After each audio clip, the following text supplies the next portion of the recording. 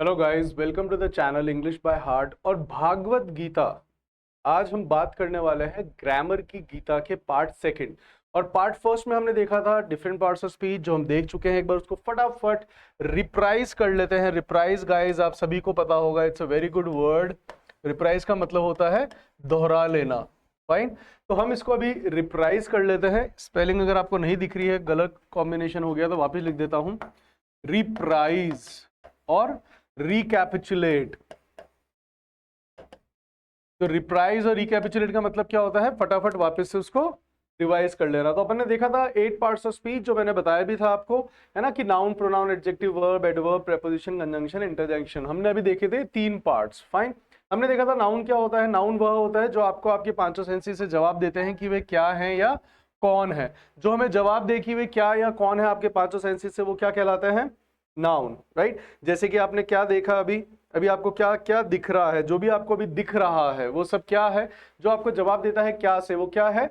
Noun. जैसे कि boy, house, white board, etcetera, है ना। जो भी आपने सुना, जैसे कि ललाबाय, मैंने आपको बताया था माँ की जो लोरी होती है उसको हम कहते हैं ललाबाय।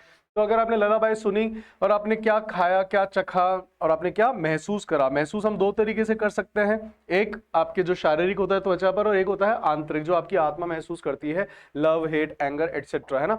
फिर अपन ने देखा था कि इसको कैसे क्रॉस चेक किया जा सकता है। एक सेंटेंस उससे स्टार्ट हो सकता है, आप ब्यूटी से स्टार्ट कर सकते हो, ब्यूटीफुल से स्टार्ट नहीं कर सकते। आप ऑनेस्टी से स्टार्ट कर सकते हो, ऑनेस्ट से स्टार्ट नहीं कर सकते। और सबसे अच्छी पहचान होती है, आप इनसे पहले माय, योर, हिज, हर, मेरा, तुम्हारा, हमारा लगा सकते हैं ना। कि जैसे कि मुझे मेरी शांति चाहिए, कि मुझे मेरा शांत चाहिए ना, तो मुझे मेरी शांति चाहिए तो I want my peace, not peaceful. Fine, हमने देखा भी था। आई वॉन्ट माई इंपॉर्टेंस और my important, of course importance, so that is noun. I hate your angry और anger, of course anger, so this is noun. I like your beauty और beautiful, beauty, so this is your noun. Fine, तो हम इससे cross check कर सकते हैं और जो आपको जवाब देता है क्या या कौन से। फाइन गाइस, फिर हमने देखा था प्रोनाउन। ऐसे वर्ड जो कि नाउन की जगह स्थान होते हैं, यूज में लिए जाते हैं, प्रोनाउन। राइट, जो सभी नामों की जगह पर यूज लिया जाता है उनको हम कहते हैं प्रोनाउन। फिर हमने देखे थे एडजेक्टिव्स। एडजेक्टिव्स क्या होते हैं? जो नाउन या प्रोनाउन की वे कैसे हैं, नाउन या प्रोनाउन कैसे हैं, है ना। कि फॉर एग्जाम्पल आपने शर्ट देखा, अभी शर्ट कैसा है? कंफर्टेबल हो सकता है, सस्ता हो सकता है, महंगा हो सकता है ना, ब्यूटीफुल हो सकता है ना, तो बड़ा हो सकता है, छोटा हो सकता है। तो जो भी आपको कैसे का जवाब देता है वो होते हैं एडजेक्टिव। फाइन गाइस, यहां तक हम देख चुके थे। अब हम चलने वाले हैं सबसे इंपॉर्टेंट जो पार्ट ऑफ स्पीच है, दैट इज वर्ब। वर्ब जो होता है, और हमने क्रॉस चेक भी करने का देखा था एडजेक्टिव की, यदि किसी शब्द से पहले, यदि किसी शब्द से व्हाट यू कॉल बाद में अगर आप नाउन लगा सकते हो किसी शब्द के बाद में, है ना। जैसे ब्यूटी या ब्यूटीफुल, ब्यूटी गर्ल नहीं हो सकता, ब्यूटीफुल गर्ल हो सकता है, तो beautiful is a noun. Happy and happiness, happiness boy नहीं हो सकता, हैप्पी बॉय हो सकता है, तो हैप्पी इज एन एडजेक्टिव। तो यदि आप किसी शब्द के जस्ट बाद में नाउन लगा सकते हो, के बाद में कोई भी नाउन लगा सकते हो, तो क्या बन जाएगा? एडजेक्टिव। जैसे कि ओल्ड मैन, ब्यूटीफुल गर्ल, तो ओल्ड एडजेक्टिव हो गया और मैन क्या हो गया? नाउन। फाइन, फिर मैंने आपको दिया था एक, यहां पर आपके लिए एक्सरसाइज भी थी, और मैंने आपसे पूछा भी था कि what is the difference between death and dead and die. Right, ये मैंने आप लोगों से पूछा था, डाई, डेथ एंड डेड में क्या फर्क होता है। तो इसमें क्या फर्क होता है गाइस? अगर आप देखते हैं, डाई जो है वह एक वर्ब है। जो डाई है वो क्या है? वह एक वर्ब है। और जो डेथ है,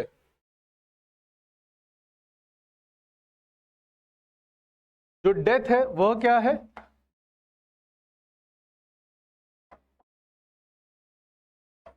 ओके, जो डेथ है, अब आप देखें डेथ और डेड में, डेथ किसके पहले आप मेरा, तुम्हारा, हमारा लगा सकते हो? मेरी मृत्यु, my death, your death, our death, या my dead, your dead, our dead, it is death. तो death is noun, this is noun. और डेड क्या हो गया बच्चा? डेड के बाद में आप नाउन लगा सकते हो, जैसे कि dead boy, dead dog, dead girl, dead man, dead woman, dead body, है ना। तो dead is adjective and death is noun. Fine, और यह वर्ब है। अभी अपन देखेंगे कैसे अपन की पहचान कर सकते हैं। Same with necessity and necessary. अब आप देख सकते हैं नेसेसरी नोट्स हो सकते हैं, नेसेसरी फूड हो सकता है, नेसेसरी पर्सन हो सकता है। तो नेसेसरी के बाद में आप कुछ लगा सकते हो। तो यदि आप किसी के बाद में अगर नाउन आ सकता है तो वो शब्द क्या बन गया guys? Adjective. Good, that is adjective. वो क्या कहलाया? एडजेक्टिव। फाइन। और अगर आप किसी से पहले माई, योर, हिज, हर लगा सकते हो। My necessities, you are not able to fulfil my necessities. तुम मेरी जरूरत, ये जरूरत और ये जरूरी। फाइन। तो ये तो हो गया आपका नाउन और ये क्या हो गया? एडजेक्टिव। सेम विथ काम and calmness. I like your काम और आई like your calmness. I like your, तो मेरा, तुम्हारा, हमारा, जिसके बाद भी लगा सकते हो, इससे पहले लगा सकते हो, वो क्या बन जाता है? नाउन। और काम गर्ल, काम डॉग, काम यह, तो ये क्या बन जाएगा? एडजेक्टिव। Fine guys. तो it's a very good method to cross check, है ना। Strong and strength, it is my strength, tell me about your strength, है ना। तो ये क्या हो गया? नाउन, क्योंकि मेरा, तुम्हारा, हमारा, जिससे पहले लगा सकते हो, वो क्या हो जाता है? नाउन। स्ट्रॉन्ग हम देखेंगे क्या होता है। स्ट्रॉन्ग गर्ल, स्ट्रॉन्ग बॉय, ये क्या हो गया? एडजेक्टिव। तो अगर आप किसी शब्द के बाद में कुछ लगा पा रहे हो तब तो बन जाता है एडजेक्टिव। और अगर आप किसी शब्द से पहले मेरा, तुम्हारा, हमारा ये लगा सकते हो तो वो क्या बन जाते हैं? Noun. Same with weak and weakness. Tell me about your weakness, so that is noun. तुम मेरी वीकनेस हो, तो मेरी, तो मेरा, तुम्हारा, हमारा अगर किसी शब्द से पहले लग जाता तो क्या बन जाएगा? नाउन। और weak girl, weak boy, weak dog, so that is adjective. I hope it is very much clear. I hope अब आपको नाउन और एडजेक्टिव में कंफ्यूजन नहीं होना चाहिए। चलते हैं अपन आगे। अब हम देखते हैं सबसे इंपॉर्टेंट जो है, दैट इज वर्ब। वर्ब, है ना। और आपने मेरी रील्स में देखा भी होगा, मैंने आपको वर्ब के बारे में बड़ी इंटरेस्टिंग चीजें बताई थी, राइट। जैसे कि बी जो है उसकी अलग अलग फॉर्म्स होती हैं, क्यों प्रेजेंट टेंस में ही आपके फर्स्ट फॉर्म आती है वर्ब की, बट वर्ब होती क्या है ना। सबसे इंपॉर्टेंट क्वेश्चन ये है, it is a state of being, ये हम भूल जाते हैं, और एन एक्शन या फिर एक्शन, राइट। और जो कृष्ण ने कहा था, जो हूं वो मैं हूं। अब मैं हूं इसका मतलब, क्यों उन्होंने ऐसा कहा कि जो हूं वो मैं हूं? क्योंकि आपका होना, है ना, लोग बाग भूल जाते हैं that be is the mother of all the verbs. और हम ये एक सेंटेंस आप ध्यान रखें, जो नोट मैंने यहां पे डाला है, right. Every sentence in every language, guys, किसी भी भाषा में कभी भी कोई ऐसा वाक्य नहीं होगा जिसके अंदर वर्ब नहीं होगी। हो सकता है उसमें नाउन ना हो सकता है उसमें प्रोनाउन ना हो सकता है उसके अंदर एडजेक्टिव ना हो सकता है उसमें कंजंक्शन ना हो सकता है उसमें आपके इंटरजंक्शन ना हो, राइट। लेकिन उसमें वर्ब होगी ही होगी। ऐसा कभी कोई सेंटेंस नहीं होगा जिसमें वर्ब ना हो। कई बार मैं क्लास में बच्चों से कहता हूं कि okay tell me I am happy, I am happy, what is the verb in that? तो कई बार बच्चे कहते हैं कि सर इसमें वर्ब नहीं है। अरे मैंने अभी अभी कहा कि ऐसा कोई सेंटेंस नहीं होगा जिसमें वर्ब ना हो। तो बच्चे कह देंगे हैप्पी। अब हैप्पी वर्ब नहीं हो सकता कभी भी। क्यों नहीं हो सकता? क्योंकि अगर आपको वर्ब चेक करना है कि कोई शब्द वर्ब की तरह यूज में लिया भी जा सकता है कि नहीं लिया जा सकता, जैसे कि फॉर एग्जाम्पल हाउस, क्या आप इस शब्द को वर्ब की तरह यूज कर सकते हो? अभी कैसे चेक करूं मैं कि वर्ब बन सकता है कि नहीं? अगर आप किसी शब्द के साथ आईएनजी लगा सकते हो और आपने सुना है या पढ़ा है, तब समझ लेना कि वो वर्ब की तरह यूज में लिया जा सकता है। अब हमने हाउसिंग तो पढ़ा है, हाउसिंग लोन, हाउसिंग बोर्ड, है ना, तो इसका मतलब हाउस को हम वर्ब के साथ, वर्ब की तरह यूज में ले सकते हैं। लेकिन यही अगर आप हैप्पी के साथ देखते हो गाइस, आपने कभी हैपिंग सुना है? नहीं। हैपनिंग हो सकता है बट हैपिंग नहीं होता। तो ये कभी भी वर्ब की तरह यूज में नहीं ली जा सकती है। आई भी नहीं है, अब ये एम ही है। और एम किसकी फॉर्म है गाइस? ये बी की फॉर्म है। बी की आपकी फॉर्म्स क्या होती हैं? Is, am, are, was, were and being. अब देखिएगा गाइस, मैंने आपको कहा था ना ये हमारी ग्रामर की गीता है। जिस तरीके से मैंने कहा कि आप अपने आप को देख लो, आप अपने आप को समझ लो, आप सब कुछ समझ जाओगे, बिकॉज एवरीबडी एक्सप्लेन्स अस। हर चीज हमें एक्सप्लेन करती है, चाहे वो साइंस हो, चाहे ज्योग्राफी हो, चाहे वो आपकी इंग्लिश क्यों ना हो। अब ये कैसे बताती है? अब आप देखिएगा, कभी भी हमारे जीवन में ऐसा कोई क्षण नहीं आया कि आप कोई कार्य ना करें। कोई आया कभी क्षण? आप सोचिए, आप सो रहे हैं तो भी आप कार्य कर रहे हैं, अगर आप बैठे हैं तो भी आप कार्य कर रहे हैं, अगर मैंने कहा कि मैं खुश हूं तो भी मैंने यहां पर होना, मेरा होना ही तो सबसे पहली क्रिया है ना, तो मैं वहां पर हूं। तो ऐसा जीवन में कोई क्षण नहीं आता जब हम वर्ब ना करें। वैसे ही भाषा में कभी कोई ऐसा सेंटेंस नहीं आता जिसके अंदर वर्ब ना हो। Every sentence has a verb in it. जिस तरीके से एवरी निक ऑफ टाइम और every time we are doing a verb, हम हर समय कोई ना कोई कार्य कर रहे हैं। तो जिस तरीके से अब आप देखेंगे कि कभी भी कोई सेंटेंस बिना वर्ब के नहीं होता, तो verb is the most important part, है ना। इसलिए कृष्ण ने कहा था ना अपने कर्मा पे ध्यान दें, तो अंग्रेजी में भी आप किस पे ध्यान देंगे? वर्ब पर। दैट इज वेरी इंपॉर्टेंट, है ना। और मैंने आपको बता ही दिया इसको क्रॉस चेक कैसे करना है, how to cross check it. If we can add ing with a word, it can be used as a verb. तो हैपिंग नहीं हो सकता, बट स्कूलिंग हो सकता है, हाउसिंग हो सकता है। फाइन, हैपिंग नहीं होगा, स्कूलिंग हो सकता है, तो school can be use as a verb, house can be use as a verb. अब कुछ नाउन ऐसे हैं जो वर्ब की तरह यूज में लिया जाता है, तब उनका क्या होता है, जो उनकी क्वालिटी है। अब हाउस किस काम में आता है? ढकने के, शरण देने के। तो अगर आपने किसी चीज को ढक दिया है या रखा है, तो आप कह सकते हो I have housed the money in the almirah. तो मैंने हाउस द मनी मतलब मैंने वहां पर रख दिया है। स्कूल का मतलब पढ़ाना हो गया, I am schooling you people. Fine, तो स्कूल इज जहां पे पढ़ाई की जाती है। तो जो भी वर्ड उसकी जो क्वालिटी वहां पे काम किया जाता है वही उसकी वर्ब बन जाती है। इसी तरीके से कुछ नाउन जो है वो वर्ब की तरह भी काम में लिए जाता है। मैंने आपको बताया भी था कि कोई भी शब्द क्या होगा, किस पे डिपेंड करता है, उसकी पोजीशन पर। जैसे आप क्या होंगे, डिपेंड करता है आपकी पोजीशन पर। आप क्लास में है तो आप स्टूडेंट है, आप घर है तो भाई या बहन या बेटी है या बेटा है, राइट। आप सड़क पर अगर किसी के साथ चल रहे तो आप उसके दोस्त हो गए, आप सड़क पर अकेले चल रहे तो आप एक लड़का या लड़की हो गए। फाइन गाइस, शादी के बाद में आप मम्मी पापा बुआ भाभी चाची चाचा मामा मामी फूफा, है ना, सब बनते हैं। तो डिपेंड करेगा कि आपकी पोजीशन क्या है। वैसे ही कोई भी शब्द क्या हो सकता है, ये डिपेंड करेगा उसकी पोजीशन पर। Fine guys, I hope it is very much clear that verb is very important. Verbs हमें बताती क्या क्या है ये अपन देखेंगे जब वर्ब को हम डिटेल में पढ़ेंगे।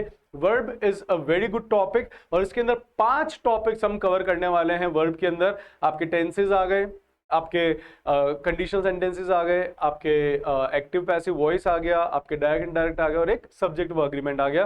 तो ये 5 टॉपिक कवर करते हैं, इसलिए वर्ब के क्वेश्चन आपके पेपर में आते भी हैं। तो वर्ब्स हमारी बहुत क्लियर होनी चाहिए, राइट। एक जो बच्चे लोग भूल जाते हैं कि हमारा होना सबसे पहली क्रिया है। फाइन, इफ आई से आई एम इंग्लिश के अंदर सबसे छोटा और कंप्लीट सेंटेंस है आई एम, राइट, मैं हूं। इसलिए कृष्ण ने कहा था गीता में, जो हूं वो मैं हूं, मेरा होना ही सब कुछ है। अगर आज मैं नहीं होता तो मैं बाकी सारी क्रियाएं नहीं कर सकता। इसलिए कहा जाता है that be is the mother of all the verb. सभी क्रियाओं की जननी है आपका होना। आप हो तभी ये सब है जो भी आप देख रहे हो, जो आप क्रिया कर पा रहे हो। अगर आप नहीं होते तो इसमें से कोई भी क्रिया नहीं होती। फाइन गाइस, अब हम चलते हैं आगे। ये एक इंपॉर्टेंट है ना। अब देखिए आप जीवन में कैसे करते हैं। मैंने कहा ना, आप अपने आप को समझिए। हम जब पहले धरती पर आए तो हमने क्या देखा, हमने सब चीजों का नामकरण करा, आपका भी नामकरण हुआ। फिर हम देखते हैं कि आप कैसे हो, है ना। फिर हम चीजों को देखते हैं कि वो चीजें हैं कैसी, है ना। फिर हम जब थोड़े से बड़े होते हैं, हम क्रियाएं तो कर ही रहे हैं बचपन से, जब से पैदा हुए हैं। अब होता क्या है, जैसे कि guys when you go for orange blossom meeting, it's a very good phrase, orange blossom meeting. Orange blossom meeting क्या होता है? ऑरेंज ब्लॉसम मीटिंग होता है जब आप कभी भी शादी के लिए लड़का या लड़की से मिलने जाते हो, उसके लिए हम यूज करते हैं orange blossom meeting. It's a very good phrase. तो जब भी कभी आप ऑरेंज ब्लॉसम मीटिंग के लिए जा रहे हो, तो आपने क्या देखा? आपने गर्ल देखी। तो गर्ल क्या हो गया? नाउन। अब वह नाउन कैसा था? वह ब्यूटीफुल थी। तो ब्यूटीफुल क्या हो गया? आपका एडजेक्टिव। क्योंकि पहले आपने देखते हो क्या देखा, दैट इज नाउन देखा। फिर आप देखते हो नाउन कैसा है, तो वो ब्यूटीफुल है। अब आप उसके कर्म देखते हो ना। तो शादी के लिए जब जाते हैं उस समय तक तो हम केवल एडजेक्टिव तभी जाते हैं ना, वो कैसा है, क्या है, मोटी है, पतली है, लंबी है, छोटा है ना, काला है, गोरा है। So you see the adjective. शादी के बाद आपको पता पड़ता है कि वो बोलती कैसे है, वो बहुत तेज बोलती है। तो जब आप शादी के बाद लड़का या लड़की को पता पड़ते हैं क्या? उसके एडवर्ब्स। क्या पता पड़ते हैं? उसके एडवर्ब्स। क्यों पता पड़ते हैं एडवर्ब्स? तब आप देखते हो कि उसकी क्रियाएं कैसी है, उसकी हरकतें कैसी है, राइट। तो ऐसे शब्द जो क्वालिफाई करते हैं खासकर आपके वर्ब्स को, बट वो एडजेक्टिव को भी क्वालिफाई करते हैं और वो एडवर्ब अपने आप को भी क्वालिफाई करते हैं। जो एडवर्ब्स होते हैं, वापस से सुन लीजिएगा गाइस, एडवर्ब बताते हैं कि आपके कर्म कैसे हैं, सबसे पहले क्रिया कैसी, इसलिए इनको हम क्रिया विशेषण कहते हैं।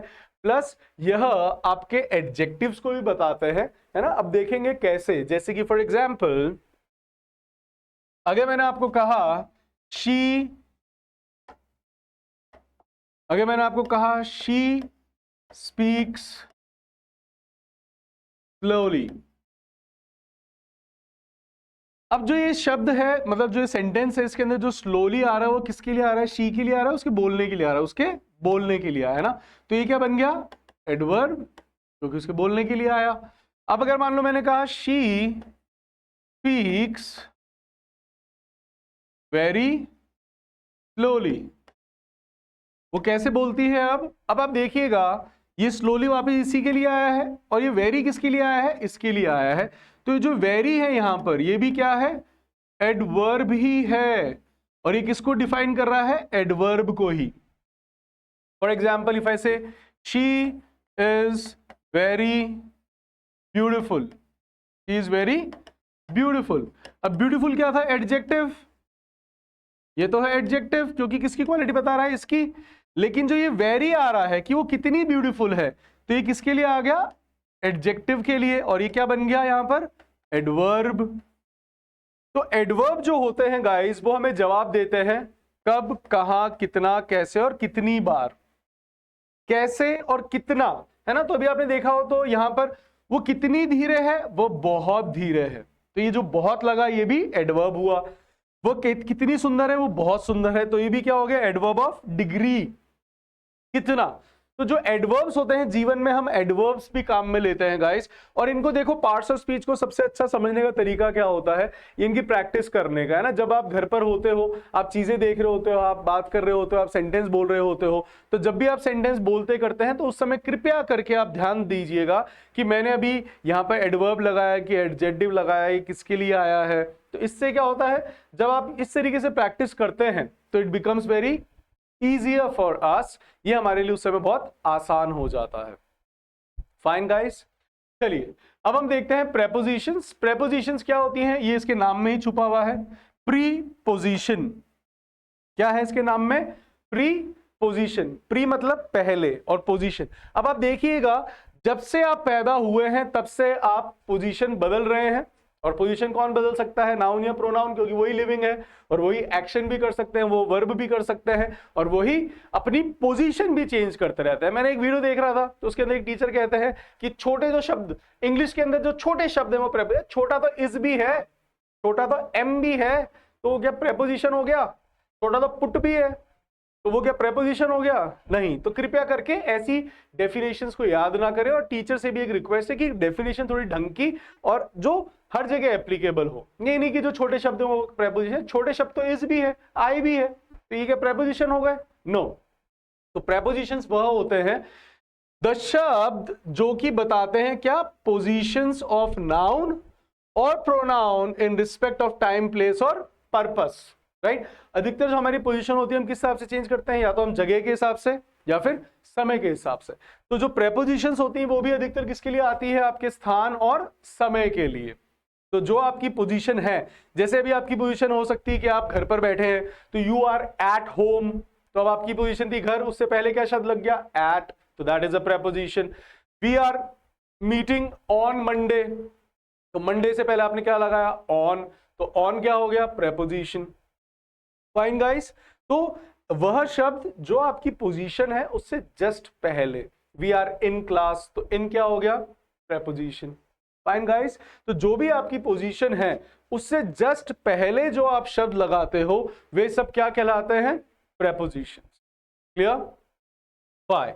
ये भी बहुत लंबा, लेंदी और इंपॉर्टेंट टॉपिक है जिसको हम पढ़ेंगे। और इनको अच्छा करने का तरीका होता है गाइस कि कृपया करके जब आप न्यूज़पेपर पढ़ते हैं तो कृपया करके वहां पर आप प्रेपोजिशंस देखें और वही आपके पेपर में आने वाली होती है। फाइन गाइस, अब हम बात करते हैं कंजंक्शंस की।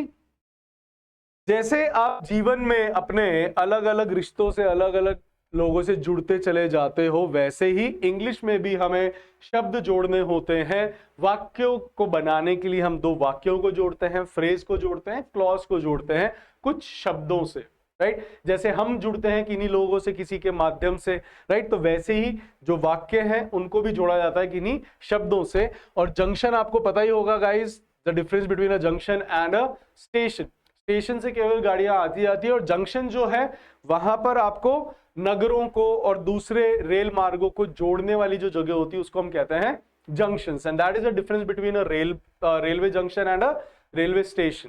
फाइन। तो जंक्शन है the words that join words, phrases और clause within a sentence. तो वाक्य के अंदर ही जो शब्द और क्लॉज इनको जोड़ता है उसको हम क्या कहते हैं, कंजंक्शंस। जैसे कि Ram and Mohan are my student, तो एंड क्या हो गया, preposition, sorry conjunctions, right. I didn't come, मैं नहीं आया, मैं लेट था, मैं बीमार था, मैंने इनको किससे जोड़ दिया, बिकॉज। तो बिकॉज क्या हो गया, कंजंक्शन। फाइन गाइस, तो यहां पर आपके खत्म होते हैं पार्ट्स ऑफ स्पीच। अब हम मिलेंगे नाउन के अंदर जहां पर हम बात करेंगे, बट इनको कृपया करके आप प्रैक्टिस करते रहिएगा, है ना, कि ये पार्ट्स ऑफ स्पीच है, जब भी आप कभी किसी से बात करते हैं तो कृपया करके आप प्रैक्टिस करते रहिए कि ये क्या कहलाते हैं, इनके लिए आपके लिए क्या शब्द यूज में लिए जाते हैं, मतलब ये क्या है, ये वर्ब है कि नाउन है, यह एडजेक्टिव है। आपको मैंने क्रॉस चेक करने का तरीका बताया ही है कि कैसे आप क्रॉस चेक कर सकते हो, तो कृपया करके आप इनको चेक भी करते रहें। और जब भी आपको टाइम मिले, है ना, तो जब भी आपके दिमाग में कभी भी कोई कंफ्यूजन हो तो आप कमेंट भी कर सकते हैं पूछने के लिए।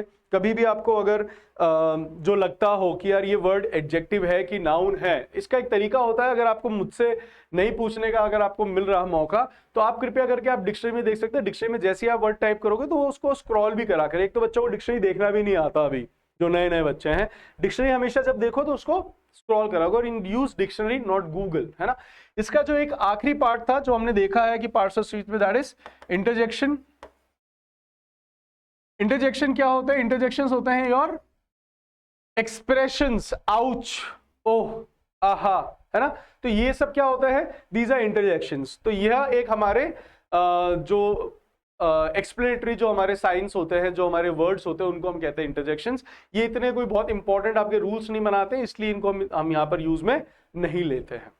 फाइन गाइस, तो इसी के साथ अब हम मिलेंगे नाउन के अंदर, जहां पर अब इनको पढ़ेंगे हम डिटेल के अंदर, प्लस इनके रूल्स भी हम देखेंगे जो आपके एग्जाम्स में आपको एरर फाइंड आउट करने में काम आएंगे, और देखेंगे कि कैसे लोग बाग गलत यूज में लेते हैं। तो see in the next video, till then take care, bye bye.